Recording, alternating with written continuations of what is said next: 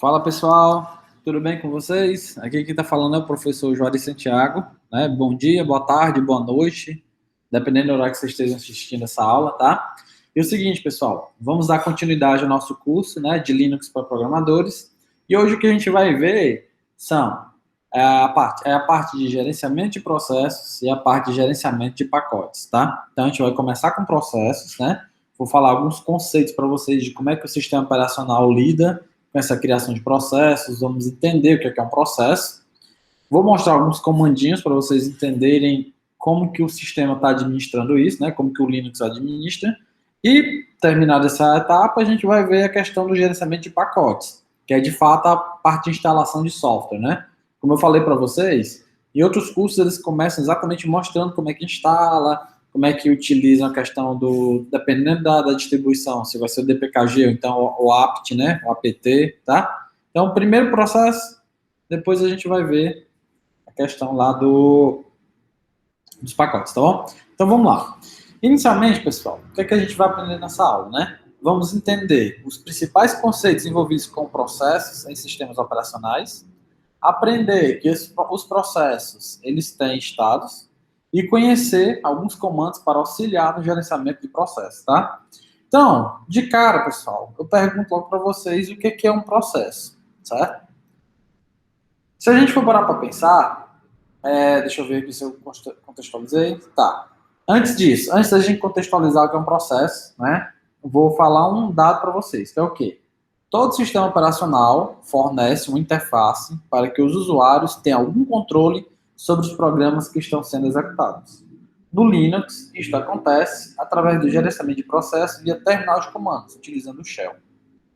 Bem, quando a gente está falando de processo, pessoal, seja tanto no computador, seja no tablet, seja no celular, criar um processo não é nada mais, nada menos do que executar um programa. Por exemplo, se vocês estão no celular e querem acessar o Instagram, ao clicar lá neles, né, apertar no ícone, o sistema operacional do smartphone vai entender que aquela ação indica abrir aquele programa. Então, para que aquele programa utilize os recursos da máquina, ou então do dispositivo que vocês estão utilizando, é criado um processo. Então, o conceito de processo, ele é largamente utilizado nos sistemas operacionais que a gente utiliza, tá? Existem outras formas de lidar com isso, né? Ao invés de ser processo. Mas no nosso caso, a gente vai falar desse rapaz aí que é o processo, tranquilo? Então, de cara, o que é um processo? Vamos ler aqui, ó. Um processo é um programa em execução. Processos são entidades independentes, onde cada uma possui permissões de acesso e atributos, certo? Por exemplo, dependendo do sistema operacional, um processo, por exemplo, não pode se comunicar com o outro. Dependendo do sistema operacional, os recursos que foram alocados para um processo não podem ser invadidos por outro processo, né? Então, a gente tem várias características dependendo do sistema. Sendo que a gente não vai descer para esse nível de detalhe, tá? Eu estou falando aqui só do ponto de vista geral, porque aqui é uma parte mais técnica. Eu quero que vocês entendam os comandos e consigam iniciar um processo, parar um processo, tá? Então, ó, do ponto de vista do SO, né, do sistema operacional, é a estrutura responsável pela manutenção de todas as informações necessárias para a execução de um programa, como eu falei anteriormente. Nos sistemas operacionais que a gente utiliza até hoje, tanto no smartphone, no computador, tablet, existem alguns para geladeira, televisão, assim, lógico que cada sistema tem suas peculiaridades, né? Mas, basicamente, a maioria utiliza a estrutura de processo, certo?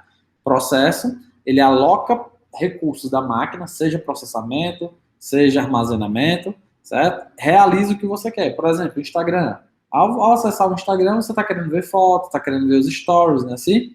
Então, há um acesso à rede, ou seja, eu tenho que pegar essas informações na internet, eu tenho que exibir essa informação, eu tenho que lidar com os cliques que o usuário dá na hora de curtir, na hora de compartilhar, certo? E tudo isso está dentro de um processo ou mais processos, tá?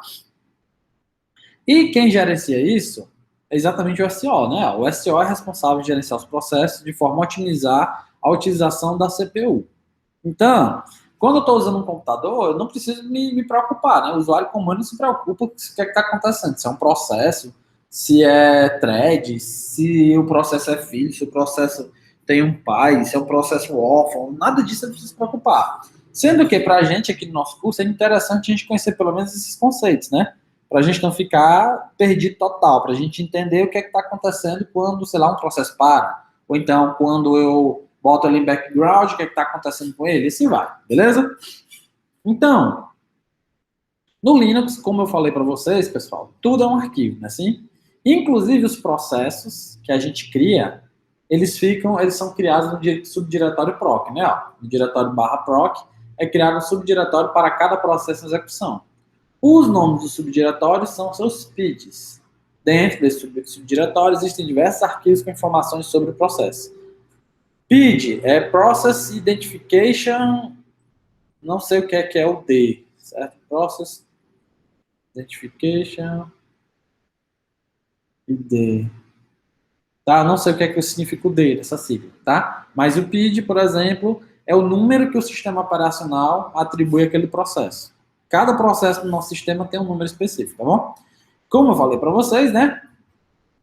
Como cada processo precisa ser identificado no sistema, precisa saber quem é o pai, de quem que ele é filho, se ele é um processo que está rodando de forma... se ele está parado, se ele está executando, se ele é um zumbi, se ele está fazendo leitura de arquivo. Tudo isso a gente precisa saber na hora de gerenciar o processo, tá? E de cara, eu quero falar dessas 4 informações, 4 atributos que o processo tem. Lógico que eles têm bem mais, mas eu quero que vocês se atenham a esses 4 aqui, tá? Que é o quê? O PID, né, que é o Process Identification. Pessoal, tá aqui, ó. O ID é de Identification, tá? Process Identification, né, identificação do processo, identifica um processo em execução, não pode ser repetido, é exclusivo. O PPID, Parent Process Identification, né, identificação do processo pai, identifica o processo que gerou o processo filho. No Linux, todo processo tem um pai, pessoal. E se o pai morrer, obrigatoriamente o filho morre. Assim, obrigatoriamente não, né? Você pode mudar essas políticas, mas basicamente, no Linux, configuração padrão, se um processo pai morre, todos os filhos que foram criados embaixo daquele pai, eles vão morrer também. O sistema operacional vai lá executar, mandar matar todos, certo? Cada processo, ele é criado por um usuário. Seja o usuário root, que é o usuáriozão do sistema, né? Seja um usuário que vai lidar com a parte de drive, a parte de administração, ou seja um usuário comum. Por exemplo, eu estou abrindo um bloco de notas, eu estou abrindo um editor de vídeo. Então, cada programa que eu estou abrindo é um processo novo que está sendo criado. E aí eu digo, né, ó, com o ID, né, User Identification, quem é o dono daquele processo. E o último campo que eu quero falar para vocês é o GID, né, que é o Group Identification. Da mesma forma que eu tenho os arquivos, né, que eles pertencem a um usuário e a um grupo, o processo também funciona dessa forma, tá? O que é que eu quero falar para vocês em relação ao processo, tá? Breve resumão de processo. Quando um processador, pessoal, está executando, ele lida com processos. Como eu falei para vocês, um processo é um programa em execução. E esse programa, ele precisa, por exemplo, ler do HD, precisa alocar um espaço na memória RAM, ele vai utilizar o processamento do CPU, certo? E o sistema operacional, ele pode, por exemplo, ter vários processos abertos nesse instante, vários processos executando. Por mais que o processador tenha só um núcleo, por mais que ele só consiga executar uma coisa de cada vez, mas existe uma coisa nos sistemas operacionais que é chamada de escalonamento. Que é o quê? É o sistema operacional, ele tem, por exemplo, sei lá, vamos supor que você está escutando música, você está baixando um torrent, está lendo um PDF e está enviando um arquivo de uma foto para o seu amigo. Você está fazendo 4 coisas ao mesmo tempo.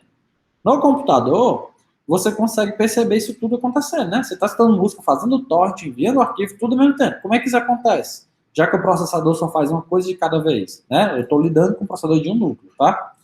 O que é que ele faz? Ele faz um pouquinho do processo 1, aí para. Faz um pouquinho do processo 2, para. Faz um pouquinho do processo 3, para. Faz um pouquinho do processo 4, para. Aí volta para o primeiro processo. Então, esse negócio de ficar executando um pouquinho do processo, parando e passando para a próxima, a gente chama-se de escalonamento. Que é quando eu tenho a CPU o tempo todo trocando de processo. Mas só que isso é tão rápido, mas tão rápido, que a gente não consegue perceber. Certo? Então a gente escuta música sem ter engasgo, faz o download sem ter problema nenhum, certo? Isso é utilizado há muito tempo. Então, de cara, quero que vocês saibam que por mais que um processador execute uma coisa de cada vez, ele pode fazer esse truque, né? De ficar mudando de processo para executar tudo de uma vez só. Tá vendo? Como eu falei para vocês, né, ó, que no Linux, todo processo, pessoal, tem um pai, certo? Então, todo processo, todo PID, né, ó, processo com essa identificação, tem um parent, né? Tem um pai, beleza? Então, vocês vão aprender nessa aula alguns comandos para a gente ver as coisas a respeito do processo. Por exemplo, eu abri um terminal, como vocês podem ver aqui, eu estou utilizando o bash, né? Ó, o prompt, que é isso aqui, né? Ó, que é essa mensagenzinha, certo? Que está sendo mostrada. Fala que eu me loguei com o usuário Juari, estou na máquina Juari VirtualBox, estou na pasta home de Juari, assim. E eu executei esse comando aqui, ó, ps-f, que é um comando que vai mostrar quais são os processos que estão rodando a partir desse meu terminal. Eu abri o terminal, o meu terminal está rodando o programa Bash, né, ó, que quando eu expliquei nas aulas anteriores para vocês, na hora que eu logo no sistema, eu não digo qual é o shell que eu quero utilizar. Ah, eu quero usar o SH, o ZSH, o Bash, certo? No nosso caso, o padrão é o Bash. O Bash é um programa como qualquer outro, tá? Sendo que o Bash é o responsável por poder mandar os comandos lá para o núcleo, para o kernel do sistema, lembra? Então, a gente tem um programa terminal. O programa terminal, que ele só emula um terminal, um emulador, como fosse tipo aqueles programas que a gente emula videogame antigo, né? Eu posso colocar um Super Nintendo, posso emular um PlayStation, né? Assim? Então, o terminal no Linux, na verdade, é um emulador de terminal. Porque antigamente, pessoal, terminal era aquelas máquinas, parecia aquelas coisas de datilografia, que aí tinha um cabo atrás, que era uns pinos, e você ligava isso aí num programa, ou então numa CPU para poder executar os comandos. O terminal é o programa, né, que simula o Gnome Terminal, que é esse cara aqui, ó, ele é no Linux, ele é só um simulador de terminal, porque o terminal antigamente era uma máquina, usando assim um tecladozão, certo? Então, eu tenho um processo do terminal, beleza? E no terminal eu preciso executar esse programa chamado bash, porque é o bash quem executa os comandos para mim. Quando eu executo esse comando ps-f, ele vai mostrar o quê? Ele vai mostrar todos os comandos, né, todos os processos que foram iniciados por esse terminal, beleza? Então, ó, de cara ele mostra o quê? Que o usuário Juari, né, ó, criou um processo de número 6839 e o pai desse processo, quem é? O 6822, certo? Que o usuário Juari está utilizando o terminal 0, ó, PTS significa pseudo-terminal, né? Ou seja, uma espécie de um emulador. TTY significa o quê? Teletype, que é os terminais antigos como eram chamados. Então, o usuário Juari, né, ó, a partir desse terminal que vocês estão vendo aqui, né, ó, ele está executando um programa chamado bash, certo? E aqui ele mostrou o último comando que eu fiz também, ó, ps-f, tá vendo? Ó? Foi o comando que eu utilizei, né, o programa PS, para mostrar isso aqui. Sendo que ele já executou e já terminou, mas só que quando eu executo o ps-f, ele ainda mostra o último comando que eu executei, tá? Mas, de fato, depois que eu executo esse comando, a única coisa que está rodando no meu terminal é o quê? É o bash, né? Que é esse processo cujo número é 6839. Fazendo isso aqui no terminal, a gente vê quem é o usuário que é dono dele, o processo, o número, e quem é o pai, certo? Então, beleza. Então, outra forma de eu saber detalhes de um processo, pessoal, é utilizando ps-f, eu boto espaço e digo qual é o número do processo. Então, beleza. Eu sei que o meu bash, o pai dele é o 6822, não é assim? Então, eu fui lá e executei o comando, ó, ps-f 6822, porque eu quero saber quem é o pai dele. Então, ó, na hora que eu boto 6822, ele vai dizer que é o quê, ó? O usuário Juari criou esse processo aqui, né, ó, cujo pai é o 2472. Que processo é esse? É o terminal, ó. Tá vendo? O Gnome terminal. Eu fui lá no Linux e não cliquei no terminal. Aí ele abre essa janela preta e aí ele já inicia o bash, assim? Então, ó, a gente sabe que o bash, né, ó, que é esse programa aqui, tem como pai esse processo, o 6822. Vim aqui para verificar quem é o pai do 6822. Eu descobri que o pai dele é o 2472. Aí eu disse, beleza, e quem é o pai do 2472? Eu fiz aqui, ó. Aí eu descobri que tem esse programa aqui chamado systemd. E ele disse que o pai desse programa que está executando, desse processo, é o 1. E aí eu mandei executar de novo, ó, PS-F1. E a gente chega, pessoal, no processo que é carregado na hora que o Linux é bootado. Esse processo initd não tem pai, ó. O pai dele é 0, certo? Então, ele é como se fosse o processo, ele não é, não, ele é o processozão raiz. Então, tudo que está sendo executado no Linux tem como pai, ou, sei lá, o tataravô lá, gigantão, né? Se a gente for olhar de cima para baixo, o processo initd. Então, o que aconteceu? Eu iniciei meu computador, né? Ó, assim que eu iniciei o Linux, ele criou o processo 1, né? Ó, fez o boot, iniciou esse processo aqui. Até esse momento, ó, vocês estão vendo aqui, ó, TTY, tá vendo interrogação? Isso aqui não fui eu digitando no terminal. Quando tem essa interrogação, não quer dizer que foi um comando de um usuário, não. Por exemplo, ó, o processo initd, quem foi que inicializou? Foi o root, ó, não foi o Juari, certo? Quando eu faço login, né, quando eu entro na minha sessão, esses outros processos são carregados, né, o systemd, por exemplo. E aí eu fui aqui e cliquei no terminal. O terminal abre, né, esse processo aqui, esse processo é o terminal, e o terminal, eu não disse que quando eu abrir esse terminal, cada usuário tem um shell padrão, e o shell padrão para o usuário Juari é o bash. Então, como vocês podem ver, ó, todo processo tem um pai, tá vendo? E um depende do outro. Se acontecer, pessoal, de eu matar esse processo aqui, ó, systemd, se eu matar, todos os processos que dependem do systemd vão morrer, sendo que o sistema vai dar um crash, né? Porque quase tudo depende do systemd também.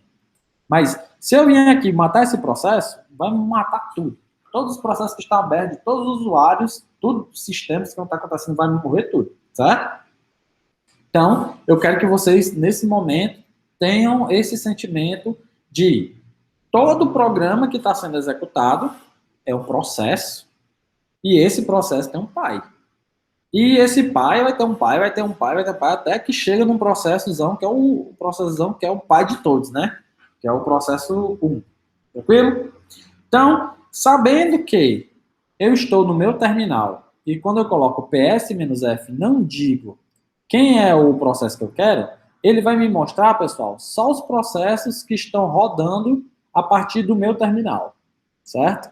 Então, ó, quais são... Então, quando eu faço PS-F, ele vai perguntar assim, ó, Linux, quais são os processos que estão rodando cujo pai é o processo 6822? Certo? Quem é? 6822. Aí, por exemplo, observem aqui, ó, o Bash é um programa cujo pai é o 6822, não é assim? Certo? Quando eu executo o PS-F, ele vai ser criado um novo processo. E esse processo foi criado pelo Bash, não foi? Eu não vim aqui e digitei PS-F. O Bash não está interpretando o que eu estou digitando? Então, ele vai criar um novo processo, ó, certo? 7167. E quem é o pai dele? É o Bash. Então, ó, observem ó, que o PS-F tem como pai, né, ó, o próprio Bash. Tá vendo? Ó, o processo Bash. E assim vai. Tranquilo? Quero que, se vocês não tiverem entendido isso aqui, ou eu falei muito rápido, ou vocês não ficaram confortáveis, voltem e vejam de novo essa explicação que eu falei, tá? Isso aqui é muito importante. Então, repetindo mais uma vez. Toda vida que eu coloco PS-F, ele vai me trazer os processos cujo pai é o processo do terminal, que é o 6822, certo? Se eu, no meu computador, abrir outro terminal, ele vai criar outro processo com outro número, certo? E assim vai, tranquilo? Então vamos continuar. Tá. Um processo, pessoal, ele tem vários estados, certo? Eu crio um processo, eu posso botar ele para rodar, eu posso botar ele para parar, ele pode ficar esperando alguma coisa, tipo ler um arquivo, ou então receber alguma coisa da internet, ou então ele pode ter tido um problema onde, sei lá, ou ele morreu, tipo assim, eu mandei matar de forma errada, ou ele virou um processo zumbi que não tem mais pai, ou ele está rodando no sistema e não consegue ter mais acesso, tá? O que eu vou falar para vocês agora, né? Eu não vou cobrar isso aqui, tá? Mas eu quero só que vocês entendam os estados. Então, quando um processo está sendo executado, ele passa por diversos estados. Vamos lá, quais são os estados? Ó? Ready, que é o pronto, né? Ó. Logo que é iniciado, é colocado o estado ready. Ou seja, está pronto para entrar em execução, mas irei aguardar o scheduler, né? Ó, ou o escalonador de tarefas, como eu falei, do kernel, para decidir quando ele vai entrar em execução. Na hora que eu aperto lá no Instagram, o sistema operacional vai dizer assim, beleza, já carreguei tudo na memória, já estou lendo aqui do disco rígido, está tudo pronto. Basta só agora o processador pegar esse processo e começar a executar, certo? Então esse é o estado ready. Quando o processo já está todo montadinho, já está tudo direitinho, mas só que está esperando o processador, né? O escalonador dizer assim, processador, pega esse processo aí, ó, começa a executar ele aí um pouquinho, entendeu?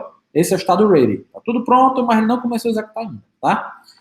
Eu tenho um processo, pode estar no estado dead, então zombie, né? Que é o quê? No final da execução, o processo pode ser morto, com o comando kill, que eu vou mostrar para vocês, ou zombie, né? Caso seu parent, process pi, tenha sido morto, tá? Pode acontecer do processo pai ter morto e o filho não ter morrido ainda. E aí ele perde a conexão e não consegue mais realizar comandos, a gente não consegue mais acessar ele, a gente chama esse processo de zombie, tá? Zumbi, né? Tá. Então, eu tinha um processo que estava pronto, estava em ready, né? E aí o processador decidiu pegar ele para executar. Então, ó, running é quando o kernel decide que o processo irá entrar em execução e tal decisão é tomada de acordo com a prioridade e a fila de execução. Cada processo no nosso sistema tem uma prioridade. Pode acontecer de eu querer que os processos que estão relacionados à parte de rede tenham prioridade aos processos que estão relacionados à leitura de disco, sei lá, alguma coisa do tipo. Eu posso dizer que, se na fila tiver um processo que está lidando com rede, bota um processo da rede para resolver primeiro, entendeu? E o tempo que a gente tem, que cada processo tem para poder executar, a gente chama isso de time slice, tá vendo aqui, ó? Quando o seu time slice, né, o fatia de tempo esgotar, ele volta para o estado de ready e aguarda o novo escalonamento. Então, iniciou o processo, está esperando o processador pegar ele. O processador pega ele, tira ele do estado de ready e vai para running, né, execução. Passa o tempo dele, tira ele do estado de running, bota ele em ready e pega outro processo para poder executar. E assim vai, como eu falei para vocês, vai pegando um processo de cada vez, tá? E o outro estado é o waiting, né? Que é o de espera. Caso o processo necessite de uma operação de entrada e saída, ele pode ser colocado em waiting até que a operação seja completada. Isso ocorre quando o periférico em questão estiver ocupado ou não poder responder de imediato. O meu processo, ele está esperando um arquivo. Ou então está esperando terminar o download, sei lá, de um PDF ou então de um arquivo da internet. Enquanto esse arquivo não for baixado, o processo não vai executar mais nada, está ali esperando, né?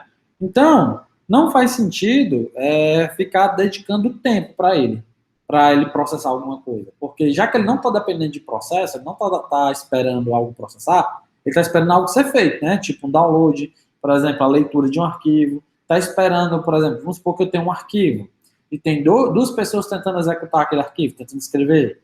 O sistema vai dizer assim, ó, espere um pouquinho, deixa ele soltar o arquivo, deixa ele parar de escrever, que depois você entra. Então, tem essa questão de controle, de processo, prioridade, tá? Por isso que eu falei aqui bem geralzão, só para vocês terem uma ideia de como é que esse negócio funciona, tá?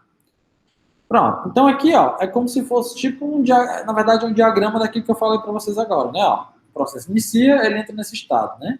Na hora que o escalonador diz para ele começar a executar, né? O processador pegar ele tem running, né? E aí ele pode ser parado, né? E ser morto, ou então virar um estado zumbi, né? Processo zumbi. Ou então eu posso mandar ele parar e ficar esperando, né? Esperando por um recurso, como eu falei, ou uma leitura de rede, ou uma leitura de um arquivo. E o sistema tira ele do estado de ready, por exemplo, quando chegou o recurso, quando ele já conseguiu ler o arquivo todo. Aí o sistema tira ele de ready, coloca em ready, e aí pronto, aí o processador pega ele de novo para poder executar, tá? Basicamente isso. Beleza. Então, nessa aula, né, eu vou mostrar para vocês alguns comandos que vocês podem utilizar para ver como é que estão esses processos, como é que eles estão rodando, a questão de memória, a questão se está sobrecarregando o sistema, né, se está precisando mais de processamento, se está precisando mais de memória. E aqui é mais para eu mostrar para vocês quais são os comandos, tá? Eu não vou, tipo, cobrar qual é o parâmetro do comando que eu utilizo para fazer tal coisa. Não, isso aqui é para que vocês saibam que existem esses comandos aqui, beleza? Então, ó, o que a gente vai mais utilizar é o PS, tá? Mas além do PS, a gente tem o PS3 e o top, beleza? Comando PS, o que ele faz? Exibe informações sobre os processos ativos. Como eu mostrei para vocês usando o "-f", né? Ó, por exemplo, se eu quiser mostrar só os processos do terminal que eu estou executando, eu boto só PS, ele só mostra do executar. Agora, se eu quiser ver de todos os usuários, eu boto PS-A. Se eu quiser ver o horário de início, o nome, boto -U. se eu quiser ver os processos que não estão associados ao meu terminal, então boto menos X, tá? Se eu quiser saber o de um processo específico, né? Então boto o PS menos P e o processo, tá? Sendo que se eu colocar só PS e o menos F e o número do processo dá certo também, como vocês viram, né? Aqui, para mostrar a linha detalhada, e exibir todos os processos ativos. Tá faltando o menos F aqui, né? Eu esqueci de colocar. O menos F, pessoal, ele mostra, tipo, todos os detalhes do processo de uma forma mais formatada, né? F de format, tá ok? Que é por isso que eu botei PS menos F, né? Então, por exemplo, ó, como eu falei para vocês, né?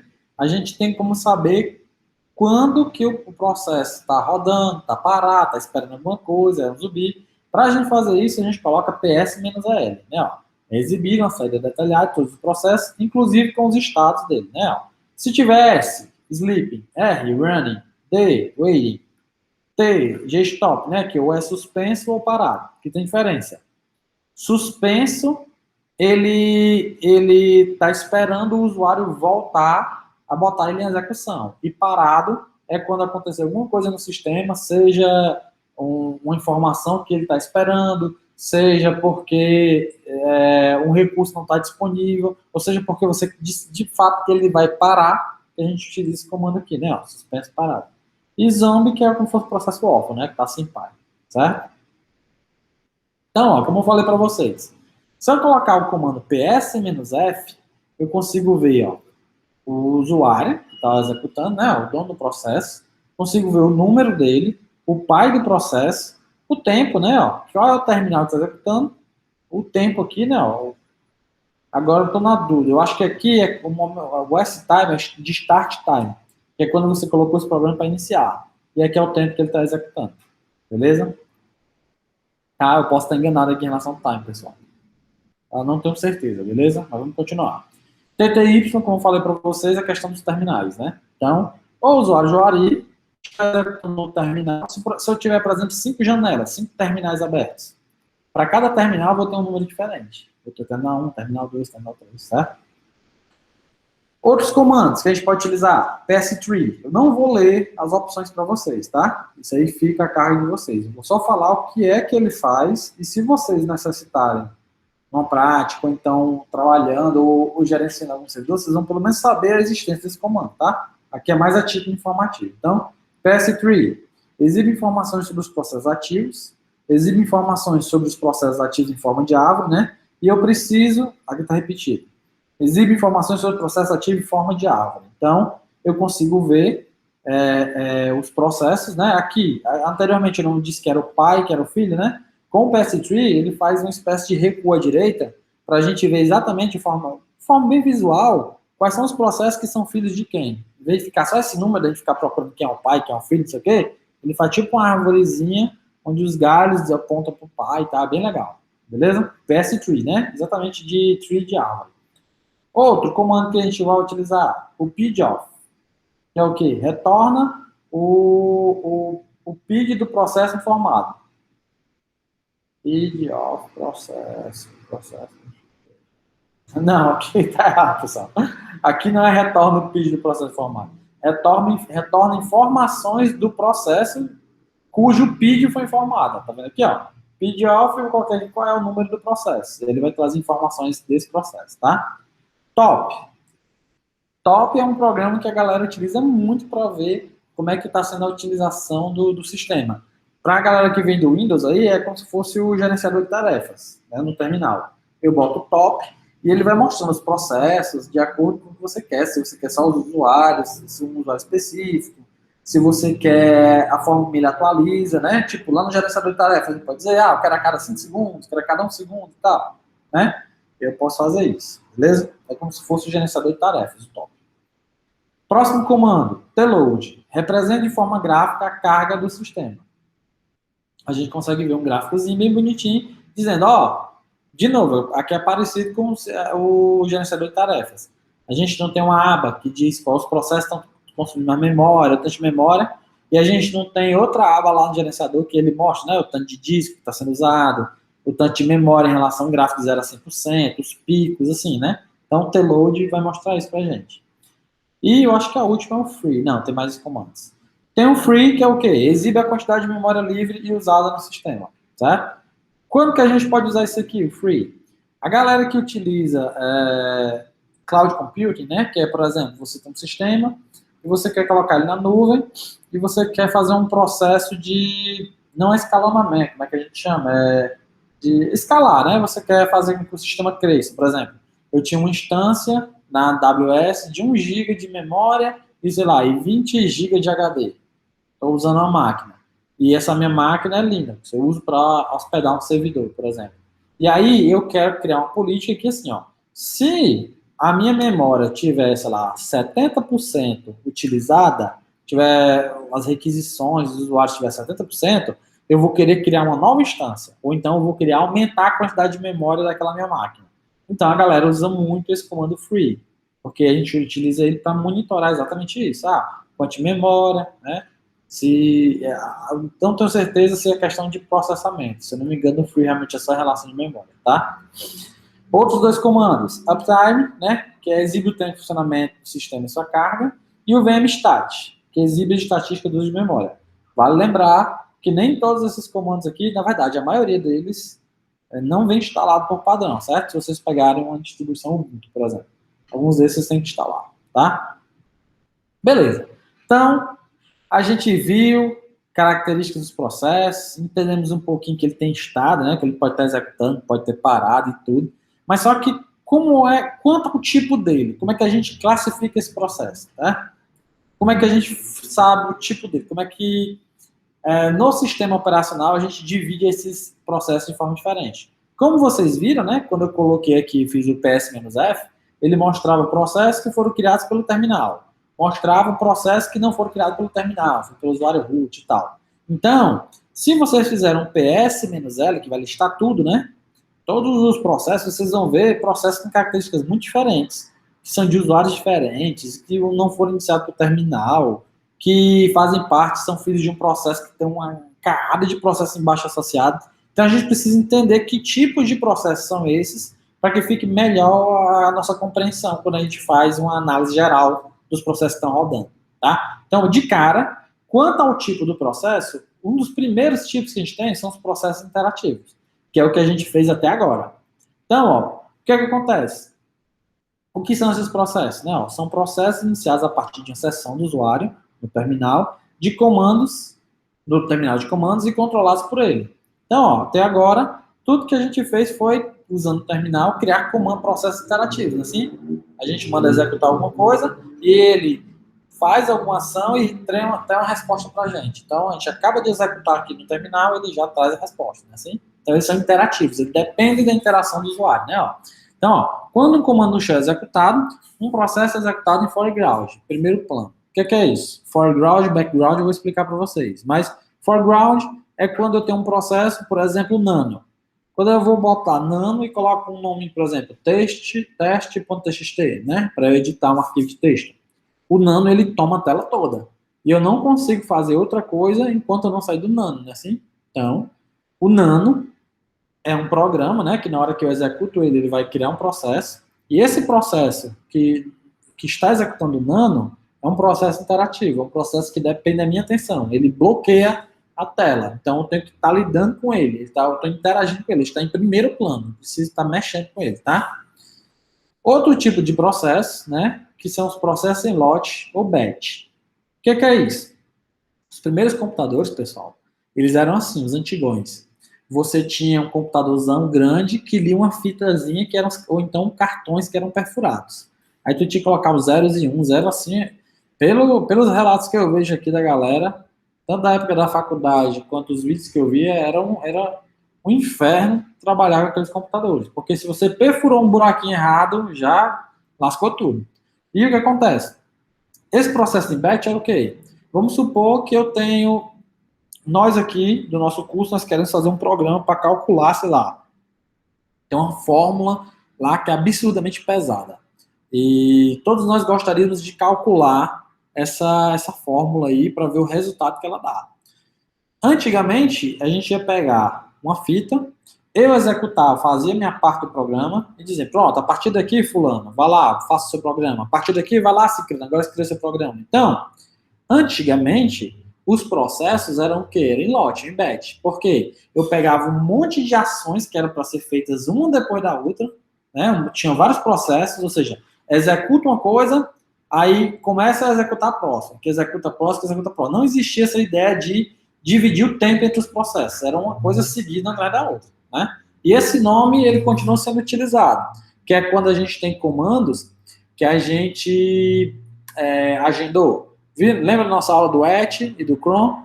Ou seja, aqueles processos, eles são processos em batch, né? Porque não necessariamente eu tive que executar ele no terminal. Eu não fui lá e executei, eu não estou interagindo com ele. Esses processos estão fazendo coisas de background, coisas que eu agendei. E a gente sabe que esses processos têm que ser executados de tempos em tempos, ou então uma data específica, né? E geralmente, como eu coloquei aqui, ó, a saída desses comandos é enviada por e-mail para o usuário depois que a execução for concluída. Sim, lógico que isso aqui é opcional, né? Mas é isso, tá? Processos em batch são aqueles que são agendados, que não necessariamente eu preciso estar interagindo com eles. Eu fiz o comando, mandei o sistema executar depois, tá? E por último, a gente tem os daemons, certo? Os daemons, deixa eu ler aqui com vocês, ó. São processos servidores normalmente executados quando o Linux é iniciado, permanecendo a execução enquanto o sistema estiver em funcionamento. Aguarda em background até que algum outro processo realize seu serviço.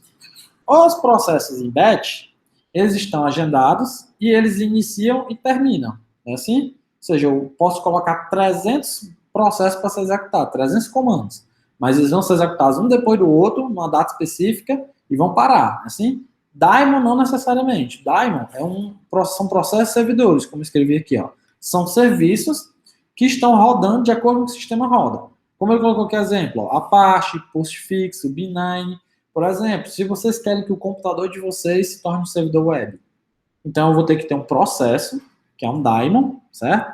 Que esse processo ele fica rodando o tempo todo, esperando alguém mandar alguma coisa para ele, certo? Ou seja, não é que eu vou iniciar o processo e daqui a meia hora eu vou matá-lo. Não, porque se daqui a meia hora alguém fizer uma solicitação, o sistema está fora do ar, assim? Então, e o daemon, ele também, eu não preciso estar lidando com ele, ele não é de forma interativa.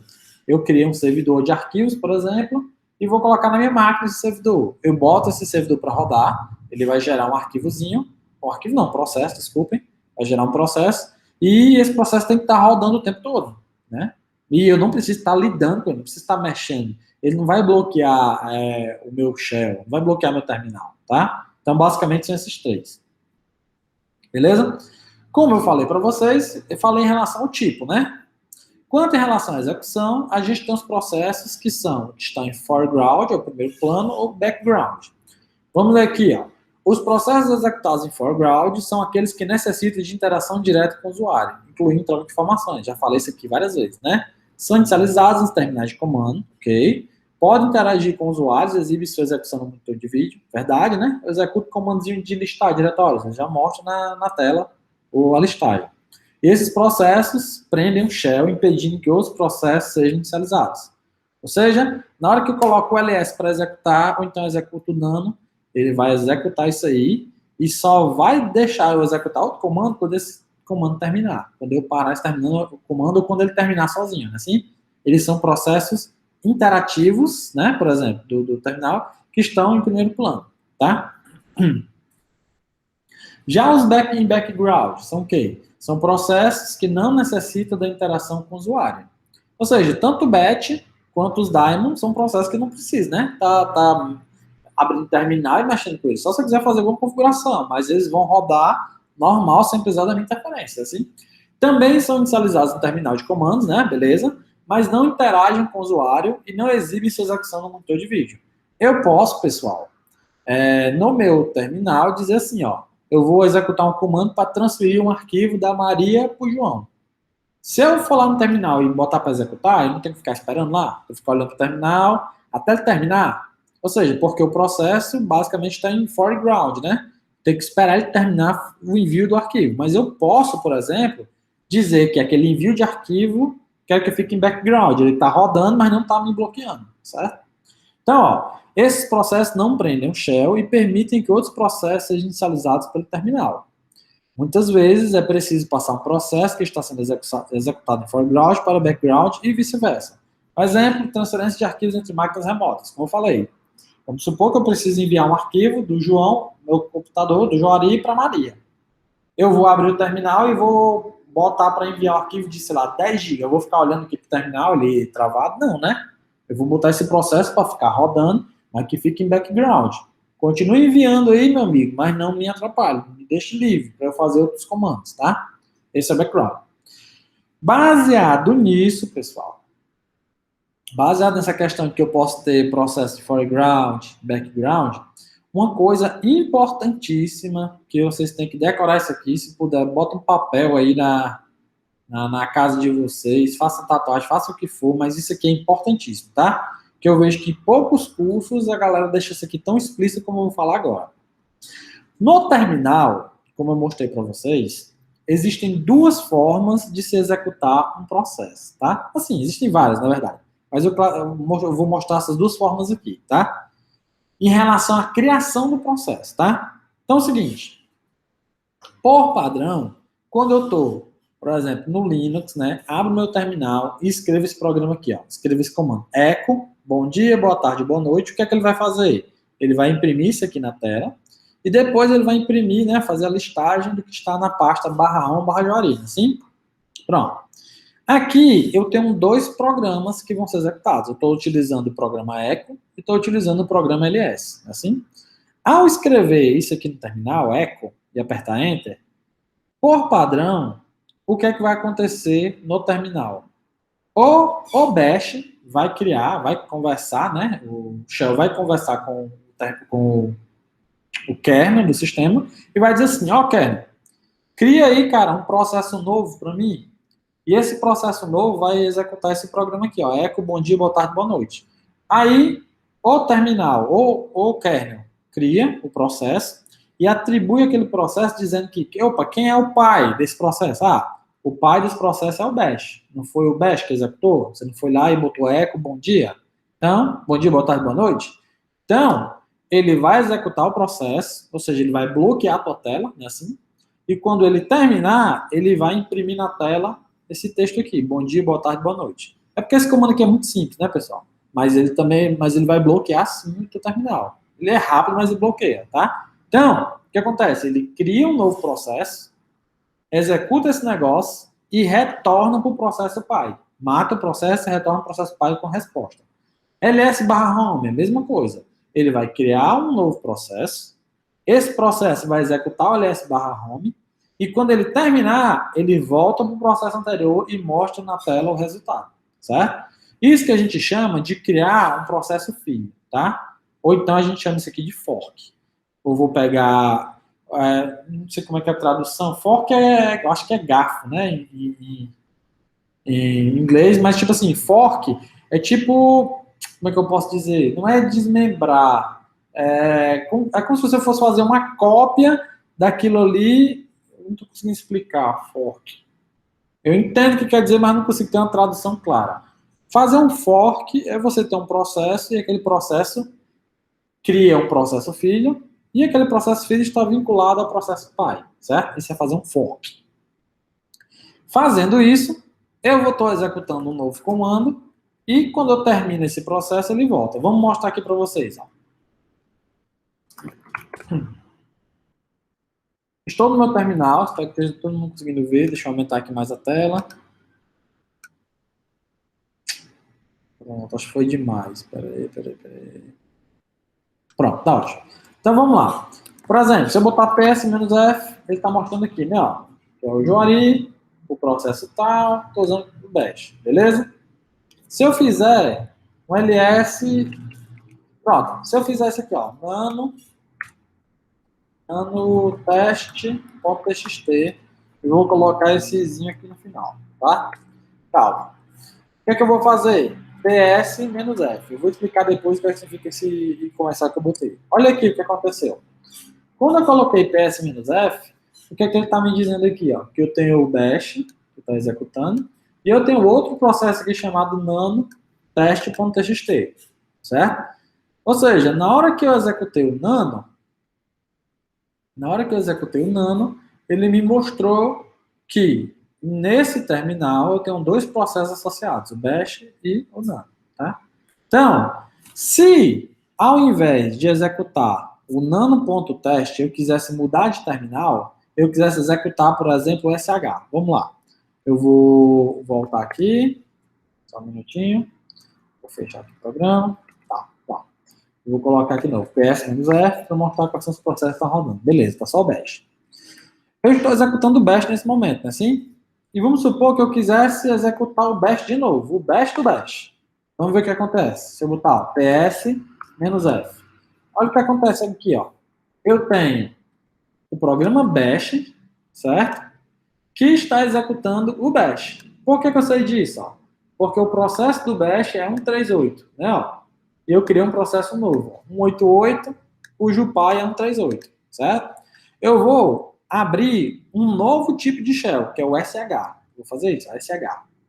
Ao fazer isso, ele vai me mostrar, ele vai mostrar só desse jeito, ó. Ele não mostra Juari, nem a máquina virtual, nem nada, porque o shell do tipo SH não tem essa propriedade de mostrar. Mas os comandos continuam funcionando, ó. Se eu botar ps-f, olha o que é que vai me mostrar. Ele está me dizendo, ó, que eu tenho um comando bash, né, ó, está rodando o processo 178. Quando eu estava executando esse cara, eu mandei criar um novo processo, que é o bash, que é 1885, tá vendo? Ó? Quem é o pai desse outro bash aqui? Olha quem é, 1738, ou seja, esse processo bash é filho desse aqui, certo? E eu estava executando esse processo, não é assim? E quando eu estava executando o bash, eu fui lá e executei o SH, pedi para executar. Então, o que acontece? Olha o que acontece. Eu tenho o primeiro processo, que é pai desse, esse é pai desse, certo? Então, o que acontece, por exemplo, se eu fizer exit? Exit quer dizer que eu vou finalizar o processo. Então, ó, no momento eu estou executando o SH, né? Assim? Na hora que eu apertar exit, eu vou sair. Então, ó, eu voltei para o bash. Como é que eu sei que eu voltei para o bash? Porque o bash toda vida mostra essa indicaçãozinha aqui no começo, né? Ó, vamos dar um ps-f. Olha aí, ó, só tem dois processos rodando agora, né? Ó. Tem um bash e tem um bash baixo. Se eu fizer exit de novo, o que vai acontecer? Eu estou executando esse cara aqui, né? Ó. Se eu der um exit, o que vai acontecer? Eu vou matar esse processo e vai ter só mais um, né? Ó. Vamos lá, ps-f. Então, ó, eu só tenho um processo rodando, que é o bash, que é o meu atual. O que vai acontecer, pessoal? Se eu der um exit aqui, ou seja, o meu terminal, certo? Está dizendo que o único programa que está executando nesse momento é o bash. Se eu sair desse comando aqui, o terminal vai ser fechado. Por quê? Porque não tem mais nenhum processo para ser executado. E aí ele simplesmente fecha. Tranquilo? Então, eu mostrei para vocês o seguinte, ó. Eu estou executando o bash. Se eu colocar SH, ele vai executar o comando SH. E quando eu verifico aqui, ele mostra, não, que eu tenho o SH, que agora é filho do bash. Espero que vocês estejam entendendo. Então, vocês não fiquem confusos, tá? Se eu der um exit, eu vou fechar o bash, não é assim? Ou SH, desculpem. Então, ó, ps-f. Então, beleza. Ó. Então, nesse momento, no meu terminal, eu só tenho um comando executando, que é o bash, que é o processo 1738. Então, toda vida que eu executo um comando, por exemplo, sleep, que é um comando que ele vai ficar parado. Se eu fizer sleep 600, aqui, ó, o que acontece? O comando sleep está executando em foreground, ou seja, ele só vai me retornar o controle, né, ó, eu posso até digitar, posso apertar enter, mas não vai acontecer nada, vocês estão vendo aqui, ó. Por quê? Porque o comando sleep tomou o controle meu, do bash, e ele só vai liberar o controle, só vai encerrar quando passarem 600 segundos. Entendeu? Eu tenho, pessoal, como fazer com que esse comando ele seja interrompido, apertando Ctrl Z. Pronto. Ao fazer isso, eu estou mandando o processo que tem o comando sleep parar. Então, se eu fizer isso aqui, ó, ps-f, olha o que é que eu tenho aqui. Eu continuo tendo o meu processo do bash, e esse processo que ele me iniciou o sleep 600, ó, vocês podem ver, ó, que o bash, né, ó, é pai do processo sleep, certo? Então, observe que toda vida que eu executo um comando, ó, por exemplo, de novo, ó, nano teste.txt, estou executando. Se eu apertar Ctrl Z, deixa eu ver se aqui vai. Pronto, que foi também. Eu interrompi o nano. Vou limpar a tela e vou botar PS-F. Olha o que é que está acontecendo. Mexe, eu tenho esse comando sleep, que foi interrompido, e eu tenho o nano, que eu também interrompi, certo? São dois processos, não, tem 1, 2, 3 processos que estão em estado de ready, né? Está esperando aí para ser executado, e eu consigo vê-los, certo? Então, observe que toda vida que eu executo um comando direto, eu boto sleep, eu boto nano, por padrão, ele está criando um novo processo, como vocês viram aqui, né? Vamos supor que eu não quisesse isso. Deixa eu botar aqui. Vamos supor que eu não quisesse isso. Eu não quisesse que um novo processo fosse criado. Vamos supor que eu quisesse que o processo atual que está rodando parasse o que está fazendo e o comando que eu vou executar tomasse o controle, tá? Então, ó, como é que a gente faria? Primeiro eu vou aqui matar esses caras aqui, tá? Vamos lá. Eu vou foreground. Vou parar aqui. Vamos para a tela, vamos aqui um PS-F. Então, ó, só tem um bash rodando. Se eu pegar e rodar o SH, o que, é que vai acontecer no padrão? Ele vai criar um novo processo, né? Ó, PS-F, vai criar um novo processo com o comando que eu executei, né? Assim, ó. E ele vai ser filho do processo que chamou ele. Então, ó, se eu sair, eu volto para o processo anterior, né? Assim? De novo, PS-F. Agora vamos supor que eu quisesse, ao invés de executar o bash, né, se eu quisesse utilizar o SH, né? Eu não gosto do bash, por exemplo, quero usar como shell SH. Mas só que eu não quero que o bash crie um novo processo. Eu quero que o processo atual, que é esse processo do bash, se torne o SH. Como é que eu faço? Boto isso, ó, exec SH. E agora eu vou dar um PS-F. Olha o que aconteceu, pessoal. O meu processo antigamente, ó, que era 178, que tinha um bash, agora ele se tornou o quê? Se tornou o SH. Tá vendo? Então, como se eu tivesse tomado conta daquele processo, tá? Eu disse assim, ó, esse processo agora vai executar tal comando, tá? Então, ó, de novo, vamos supor que eu quero voltar para o bash. Se eu botar só bash direto, o que é que ele vai fazer? Ele vai, ó, PS-F. Ele vai criar um processo filho, né, ó, cujo pai é o SH, tá vendo aqui, ó? Se eu sair, eu estou voltando para o processo anterior. Deixa eu dar um limpar aqui a tela. PS-F. Vocês podem ver. Beleza. Se eu quiser substituir o comando que está sendo executado no processo atual por um novo comando, como é que eu faço? Exec, indico qual comando que eu quero executar. O bash. Na hora que eu faço PS-F, olha o que acontece.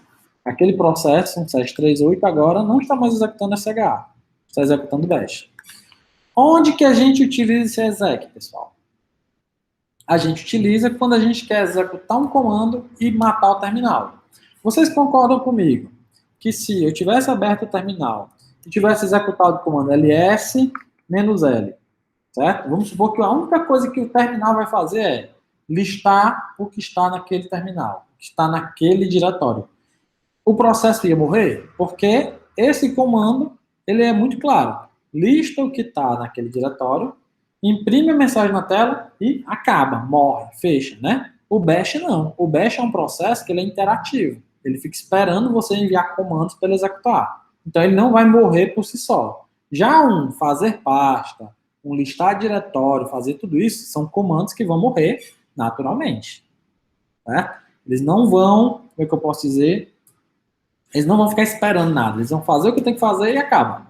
Então, vamos lá supor o seguinte. Eu estou atualmente, ó, estou com esse comando aqui, o bash, né? Assim? Se eu disser que eu quero fazer uma listagem do diretório, por exemplo, eu quero substituir quem está tomando controle desse processo, né? Ó, em vez de ser o bash, em vez de ser o que está executando nesse processo, em vez de ser o bash, eu quisesse que fosse o ls, tá? Muita gente diz que é assim, ó. Muita gente fala que ao utilizar o exec, você cria um novo processo e mata o anterior. Mas como vocês podem ver, o processo tem o mesmo número, né? Então, continua sendo o mesmo processo. Então, eu costumo dizer que, ao utilizar o exec, é como se o novo programa que eu vou executar tomasse controle desse processo, certo? Então, vamos pensar aqui comigo. O comando ls-l, ó, se eu vier aqui e colocar ls-l, o que ele vai fazer? Ele vai listar as coisas que tem no terminal, aqui no meu diretório, né, assim, e vai voltar para o bash. Não é à toa que se eu vir aqui ps-f, ó, não tem nenhum arquivo ls, certo? Não tem nenhum arquivo aqui ls esperando nada, não. Então, se eu executar ls-l, o que é que vai acontecer? O processo atual vai ser, em vez de ser o bash que está executando o processo atual, vai ser executado o comando ls. E o ls, ele simplesmente sai, né? Então, o único processo que está rodando no terminal é esse. Se eu botar exec ls-l, ele vai executar e vai sair. Ó, o que acontece? Ó. Morreu. Tá vendo? Ele imprimiu na tela o negócio e matou o terminal. Por quê? Porque o único processo que estava rodando, eu substituí ele pelo ls. Tranquilo? Então, quero que vocês entendam essa diferença aqui. Quando eu não coloco o comando exec na frente, eu estou pedindo para o shell criar um novo comando, criar um novo processo, desculpem. E quando eu coloco o exec, eu estou dizendo assim, ó, o processo que chamou esse comando vai ser tomado agora por esse novo comando, certo? Beleza? Então, como falei para vocês. Então, deixa eu abrir de novo aqui o terminal. Vamos lá, terminal.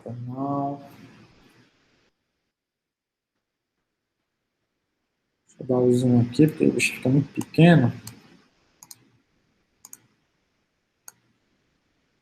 Tá, então vamos lá. Tá aqui a tela. Vou mostrar, beleza. Como é que eu faço, pessoal, para que comandos que estão executando foreground, ou seja, que estão estão exigindo que eu interaja com eles, como é que eu faço para eles ficarem em background, eles ficarem rodando em background? É isso que a gente vai ver agora, tá? Então, ó, a passagem do processo de foreground para background é feita primeiro suspendendo o processo, utilizando o comando Ctrl Z, que envia o processo para o segundo plano. Deve ficar claro que suspender a execução não significa finalizá-lo, apenas torná-lo temporariamente inativo, tá? Então, vamos ver esse negócio aqui na prática. Estou aqui no meu terminal, eu sei que o único comando que está sendo executado é o bash. E aí eu inventei aqui de usar o nano para ler esse arquivo. Olha o que aconteceu. O nano simplesmente tomou aqui tomou a frente do meu terminal. Eu não consigo executar no outro comando. Para eu executar qualquer outra coisa, eu preciso sair do nano para poder mandar o terminal fazer outra coisa, não é assim? Porém, se eu apertar Ctrl Z, olha o que acontece. Ele diz que o comando nano txt foi interrompido, certo? Interessante. Se eu fizer, por exemplo, deixa eu ver aqui, ó. Se eu quiser ver o comando, se eu usar less.test.txt, o que é que o less faz? A mesma coisa, ó.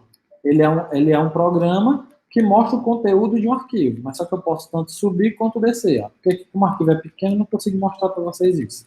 Mas como vocês podem ver, ele também está tomando a execução do terminal, né? Ele está em foreground. Como é que eu faço para interromper ele?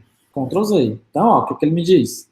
Que o comando less test.txt foi interrompido, tá? Olha o que acontece, pessoal, se eu fizer isso, ó, ps-f, para ver quais são os processos que estão executando. Eu tenho agora 3 processos, o bash, que foi quem iniciou o nano e quem iniciou o less, né, ó. E esses 2 caras aqui são filhos do bash, observem, ó. O processo do bash é um 57, e tanto o nano quanto o less são filhos do processo bash, tá? E ele está, no caso, parado. Tranquilo? Então, a primeira forma que eu quero ensinar para vocês é assim. Vocês estão executando o comando foreground, aperta Ctrl Z e ele vai ficar em background. Tranquilo? Outra forma da gente fazer isso é utilizando o símbolo i comercial no final dos comandos. Por exemplo, se eu colocar nano arquivo txt, ele já vai tomar logo a tela, né? Assim? Agora, se eu colocar esse izinho comercial na frente, eu estou dizendo que eu quero que esse comando execute em background, certo? Então, ó, vamos utilizar aqui o comando sleep. O comando sleep, ele bloqueia a tela, né? Ó, sleep, vou botar aqui 500. Se eu fizer isso, ó, ele tomou minha tela aqui, eu não consigo fazer mais nada. Eu posso até escrever as coisas aqui, ó, mas não acontece nada, tá vendo? Se eu apertar Ctrl Z, o que é que ele vai me dizer, ó? Que o sleep 500 foi interrompido, tranquilo? Então, ó, PS menos F. Olha aí, agora eu tenho um monte de processos aqui, ó, que estão tudo rodando em background, tá vendo? Outra forma da gente botar para rodar é o quê? Ao invés de ter que apertar Ctrl Z, a gente botar, faz assim, ó. Sleep 700, eu boto o izinho comercial aqui na frente, ó. E executo. Aperto Enter. Então, de cara, ele já disse, ó, que eu tenho um novo processo, que é o 1992, que está em background. Vamos ver, ó. PS-F. Exatamente, ó. Eu tenho 4 processos, cujo pai é o bash, processo que está rodando o bash, e eles estão todos em background. Tranquilo? Então, como é que eu faço para tornar ele background? Usando o Ctrl Z, ou na hora que eu for executar o comando, eu boto o izinho comercial na frente. Tranquilo?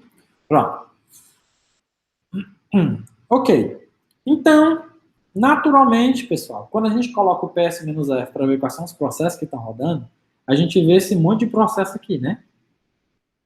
Existe um conceito, pessoal, quando a gente está utilizando o terminal, de jobs, certo?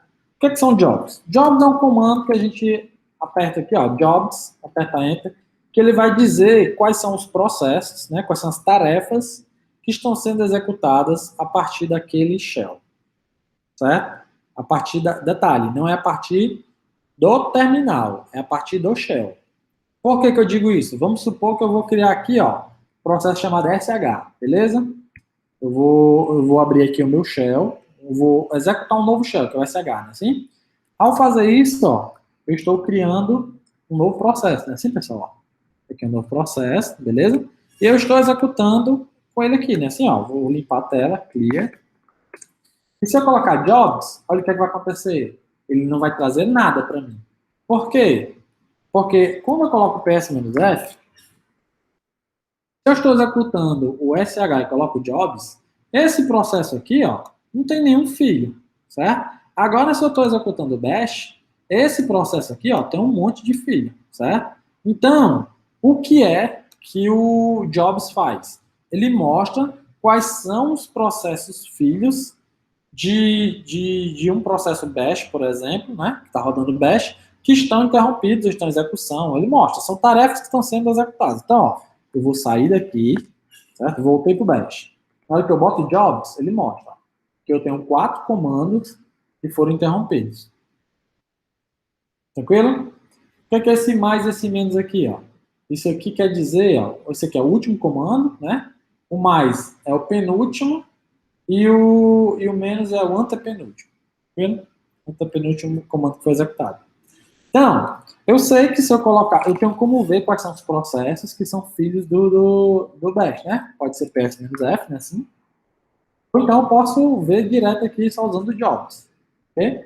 Vamos supor, pessoal, que eu quero voltar para executar esse nano.test. Como é que eu faço isso? Então, os processos que estão em background a gente chama de jobs, tá? Então, a lista dos processos executados em background pode ser visualizada com o comando jobs, que mostra cada processo associado com o número de job. Caso o usuário necessite interagir novamente com o processo, deve utilizar o comando FG, né, aqui de foreground, seguido de porcentagem e o número do job. Por exemplo, aqui, ó, eu tenho um nanomorcego, sleep 600 e um cat ATCLS, cat ATC PSWD, pipeless. Vamos supor que eu quisesse voltar a executar isso aqui, o sleep. Então, eu vou botar fground, porcentagem, número 2. Então, aqui, ó, eu vou limpar a tela. Se eu colocar jobs, eu vejo quais são os jobs que estão sendo executados, não é assim? Vamos supor que eu quero voltar para esse cara aqui, ó, o nano teste 1. Como é que eu faço? FG, porcento, e de qual é o número do job? Ah, é o job 1. Então, ó, o que acontece? Eu voltei para ele. Se eu apertar Ctrl Z, o que acontece? Continua sendo interrompido, né? Ó, então, jobs. Beleza? Tranquilo? Vamos supor que eu quero voltar aqui para o Sleep 500. Como é que eu faço? FG, porcento, e qual o número do Sleep 500? É o 3, né? Então, ó, 3. Aqui o Sleep. Vou apertar Ctrl Z e ele continua parado. Tranquilo? Observe o seguinte, pessoal. Observem que eu tenho aqui, ó, 4 processos que estão executando, né? Que estão em background, na verdade. Onde esses 3, como vocês podem ver, foram interrompidos, ó.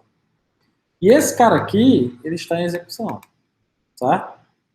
como é que eu faço para poder mudar o estado desses processos, desses jobs? É o que a gente vai aprender em sequência, tá? Quando a gente tem processos e a gente precisa mudar o estado deles, aquilo que eu falei, né, de estar esperando, estar executando, estar parado, estar zombie, não sei o quê, a gente existe um comando chamado de kill, né? Sendo que muita gente acha que kill necessariamente é um comando para se matar processos, e não necessariamente, certo? O comando kill, né, ó, é utilizado para sinalizar algo aos processos, inclusive encerrá-lo. Então, existe, pessoal, uma tabela, certo? Com vários números, onde cada número quer dizer o que você quer sinalizar para um processo. Por exemplo, se eu colocar kill-15 e colocar o número do processo, estou dizendo o quê? Que o processo deve ser encerrado e pode realizar atividade de encerramento. Então, o que acontece? Eu estou sinalizando que aquele processo deve morrer. E tudo que aquele processo deve fazer para poder limpar a memória, te deixar de ler um arquivo, parar de usar um buffer, parar de acessar a internet, ele vai fazer para poder limpar esses canais para não permitir que, tipo assim, que haja um conflito. Porque, por exemplo, toda vez que a gente vai matar um processo, é interessante a gente colocar kill-15, né? Ou então só kill. Quando eu coloco só kill e o número do processo, é como se estivesse utilizando -15, tá? Porque o que acontece? Ao fazer isso aqui, eu estou dizendo que ele mate o processo, mas ele faça, tipo assim, beleza, sinaliza que ele tem que morrer, pode fazer as limpezas, pode fazer o que ele tem que fazer e depois morra.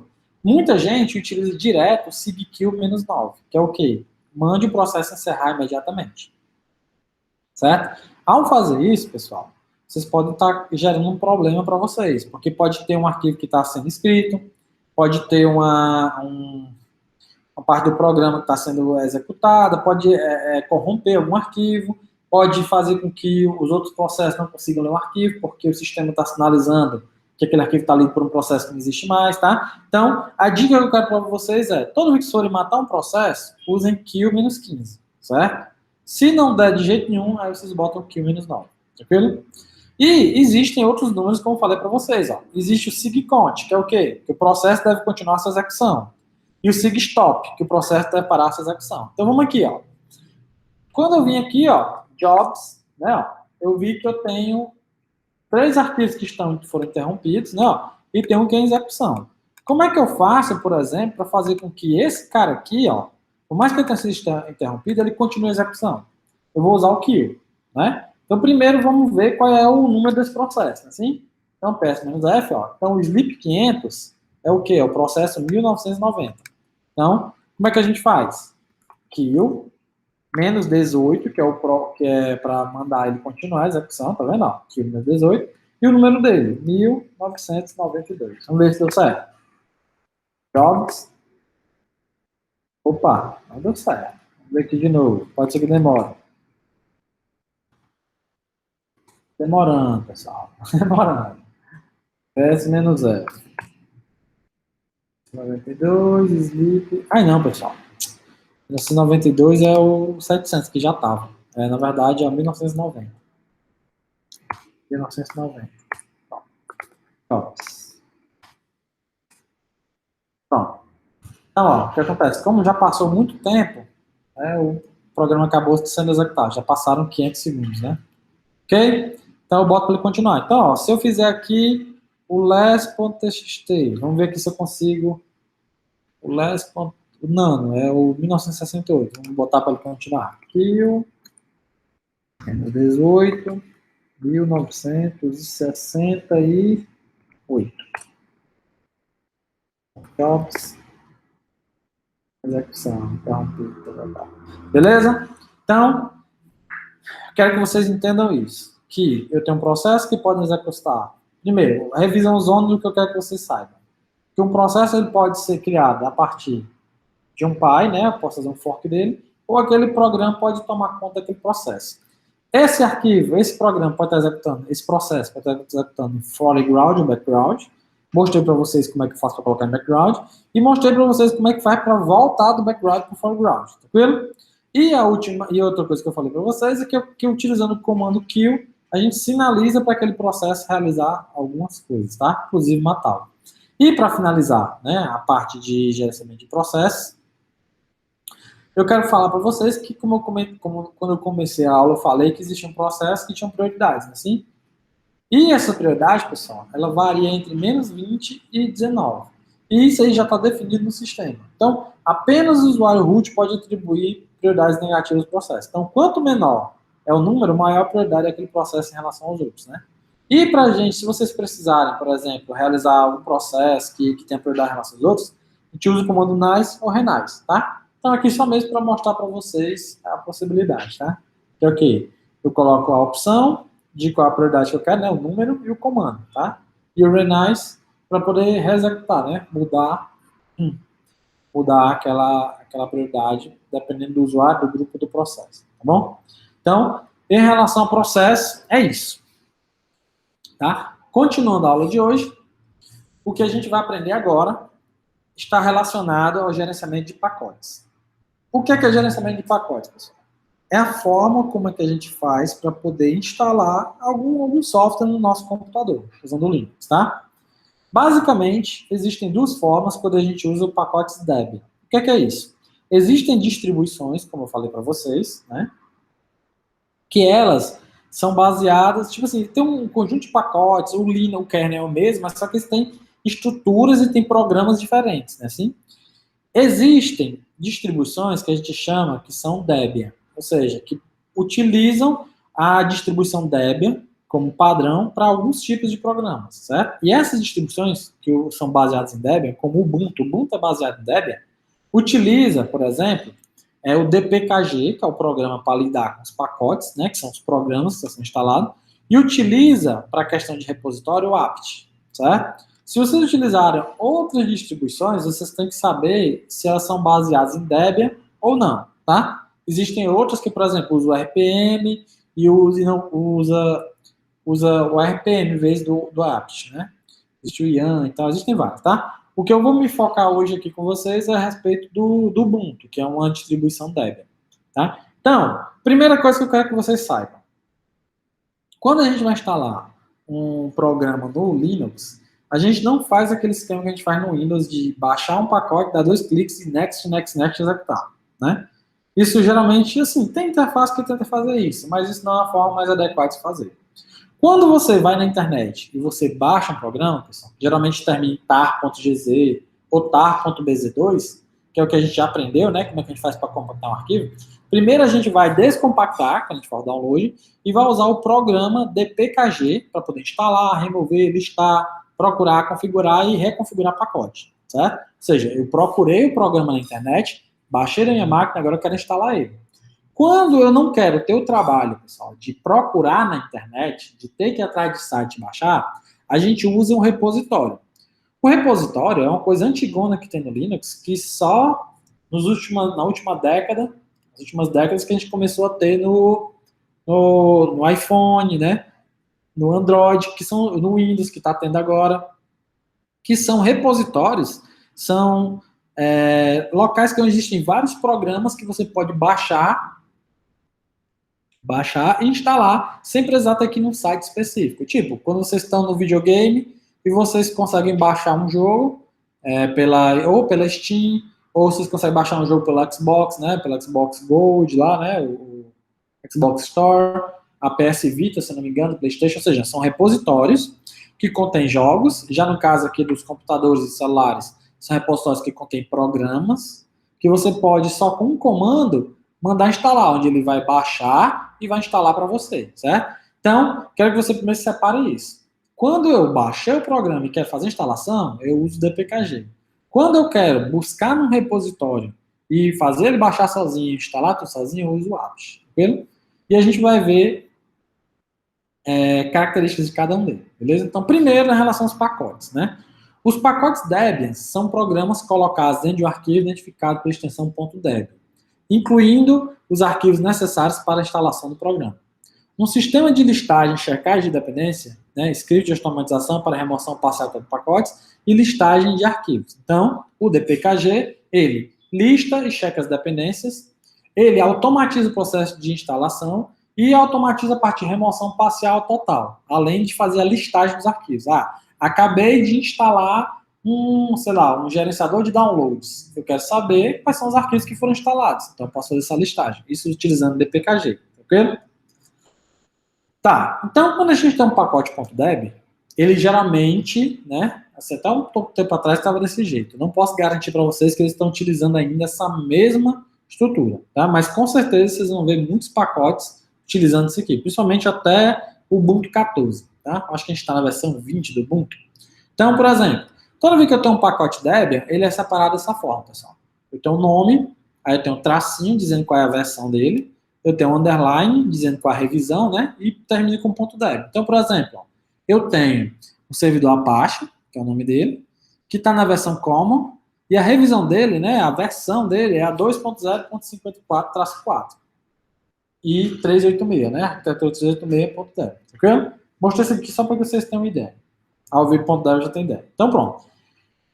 A partir daqui em diante, pessoal, é só mais, como eu falei, dos processos, a questão dos comandos, tá? São os comandos que a gente tem que utilizar. Então, é mais entender o que o comando faz, e eu acho que até nem decorar precisa, vocês estão entendendo? Porque, como a gente utiliza muitos comandos, você vai fazer um Google, você acaba encontrando, mas eu pelo menos vou falar do que é que cada opção faz, tá bom? Então é o seguinte, ó. Baixei um pacote, descompactei, eu quero instalar. Aí esse pacote está .deb. Então como é que eu faço? Boto dpkg-i e o nome do pacote, né? Então, por exemplo, dpkg-i bind 9 .deb. Ou eu boto o "-i" ou eu boto tracinho install. Bota "-i" mesmo, né? Então, ó, se houver alguma dependência, o programa não funcionará direito. É preciso resolver dependências. O que é isso, pessoal? Quando a gente instala um programa no Linux, ele reutiliza bibliotecas e outros programas. Por exemplo, vamos supor que eu vou criar um programa para gerar um PDF, sei lá.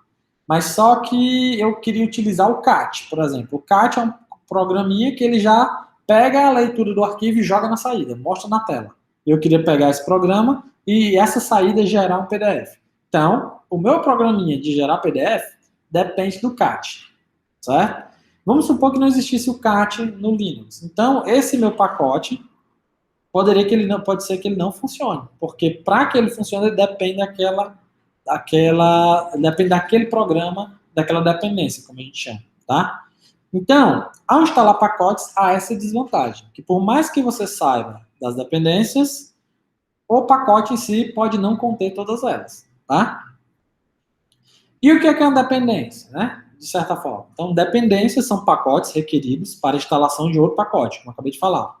No Debian, cada pacote contém um programa com uma certa função. Por exemplo, se você tentar o editor de texto mcedit, contendo o pacote MC, que utiliza bibliotecas lib, glib, você precisará verificar se o pacote lib/glib está instalado no seu sistema antes de tentar instalar mcedit. Caso contrário, o pacote MC pedirá o lib/glib e não funcionará corretamente, certo?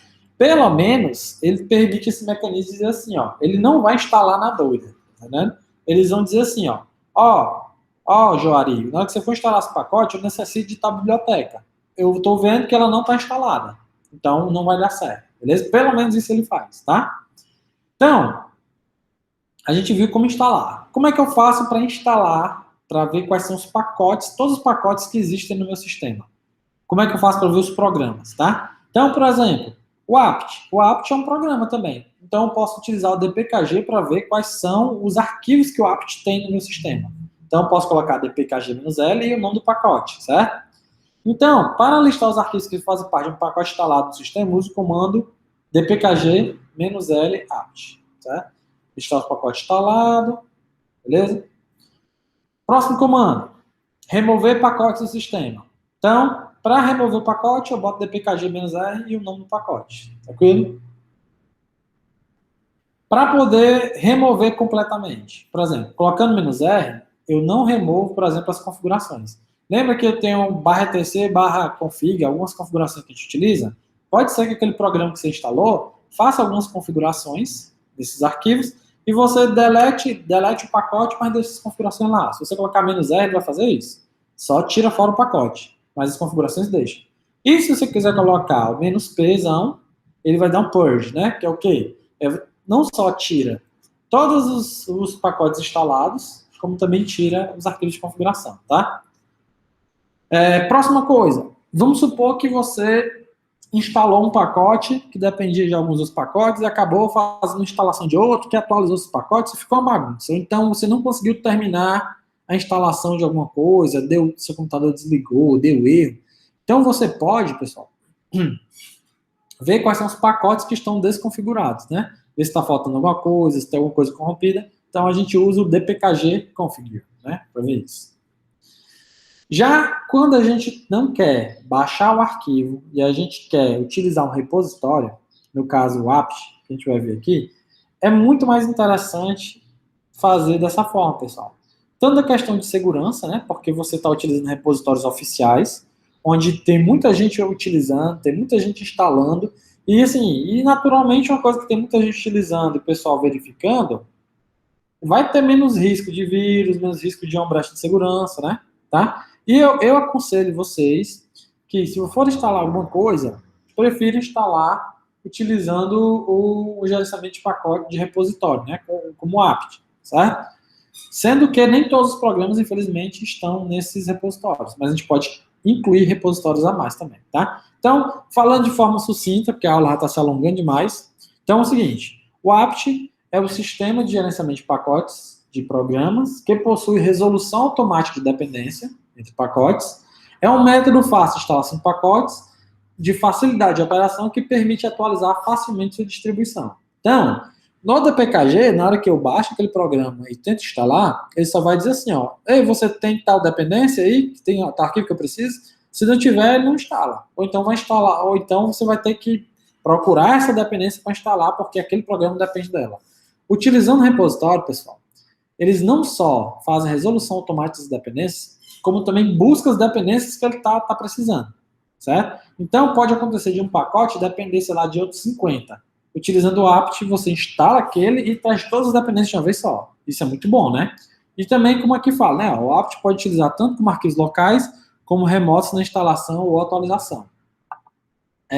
Utilize repositórios de pacotes administrados por organizações. Como eu falei, existe a Canonical, o Ubuntu, por exemplo, tem repositórios do Google para instalar o Google Chrome, ou seja, existem vários repositórios que você adiciona, né, no seu sistema, e ele vai toda a vida buscar nesses repositórios o programa que você quer. Como eu coloquei aqui, ó, o arquivo que contém os repositórios é o etc apt source.list. Então, por exemplo, lá a gente tem linhas nesse arquivo aqui, pessoal, tipo isso aqui, ó, deb não sei o que, não free, não sei o que. Então, cada linha nesse arquivo aqui é um repositório diferente que a gente adicionou, certo? O que é que significa cada coisa? Por exemplo, o deb no começo, quer dizer que é um pacote deb e poderia ser o código-fonte. Sendo o código-fonte, ele precisaria compilar. Ele diz qual é o site, né? Ó, diz se vai ser utilizando HTTP, o FTP, se vai ser um arquivo direto. Diz se eu quero, por exemplo, a versão. Eu quero instalar uma versão do Ubuntu, por exemplo, mas só que eu quero a última, por mais que ela não seja estável. Entendeu? Então, eu posso dizer, não, eu não quero versão instável, nem de teste, eu quero só versão stable. Então, eu posso dizer nesse arquivo aqui que só traga essa. Se não tiver a versão que eu quero, se não tiver arquivo na versão stable, eu não trago, beleza? E aqui eu tenho a questão de sessões, né? Eu posso ter o meu repositório com várias sessões e eu posso verificar lá dentro delas, tá bom?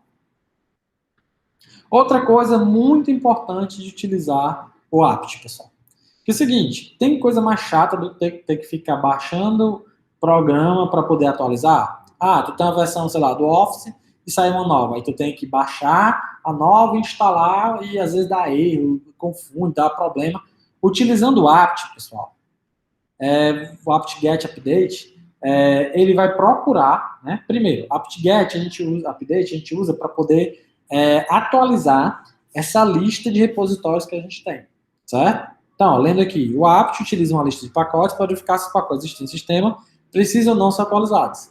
A lista mais nova de pacotes é copiada através desse comando. Então, toda vida que eu vou instalar alguma coisa ou eu vou atualizar alguma coisa, eu dou um apt-get update, que é para dizer o quê? Rapaz, vá nesses repositórios e veja a lista atualizada dos programas que tem, tá?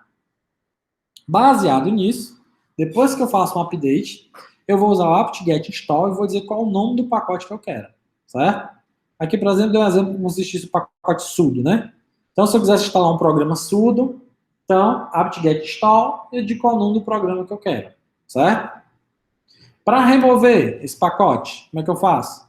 apt-get remove e digo qual é o nome do pacote. Por exemplo, apt-get remove wget, certo? De novo, se eu colocar, né, só apt-get remove, eu vou remover os pacotes do sistema, vou deixar os arquivos de configuração. Se eu quiser remover tudo, né, tanto pacote quanto arquivo, eu boto remove, o nome do pacote, tracinho purge, que aí pronto, aí detona tudo, apaga tudo do sistema, certo? Beleza. Então, vejo como é que funciona a questão do repositório, sei como instalar, sei como remover, sei como atualizar. Como é que eu faço para atualizar as listas, né? Como é que eu faço para atualizar os pacotes que estão instalados? Inclusive o próprio Linux, a própria distribuição. Como é que eu faço isso, né? Então, o Alt pode atualizar toda a sua distribuição de forma inteligente e segura. Lê a listagem de pacotes disponíveis no servidor remoto, verifica quais estão instalados, vê as versões. Caso a versão do pacote seja mais nova do que instalado no sistema, o pacote será imediatamente atualizado. Sendo que são 2 comandos que a gente tem que fazer, né? Primeiro a gente bota o update, como eu falei para vocês, para a gente atualizar a lista dos programas no repositório. E eu boto o apt-get upgrade para poder instalar os pacotes. E se eu quiser atualizar a distribuição como um todo, né? O sistema de arquivos, né? O sistema de janela, tudo eu posso atualizar aqui o distro. Sei lá, estou na versão 14 do Ubuntu. Se eu botar um apt-get-f distro upgrade, ele vai atualizar até a minha versão, certo? E como é que eu faço para procurar um programa nesse repositório? Vamos supor que eu acabei de instalar o Linux e eu quero saber se tem como instalar o Google Chrome. Como é que eu vou fazer? apt-get, vou dar um update, né, para atualizar as listas do repositório, e depois eu faço um apt-get cache search e digo Chrome. E aí ele vai me dizer, né, se existe algum programa com aquele nome, então os que existem que tem aquele nome, né, naqueles repositórios que você tem. Acontece o quê? Às vezes eu vou instalar uma versão no programa e ele não tem.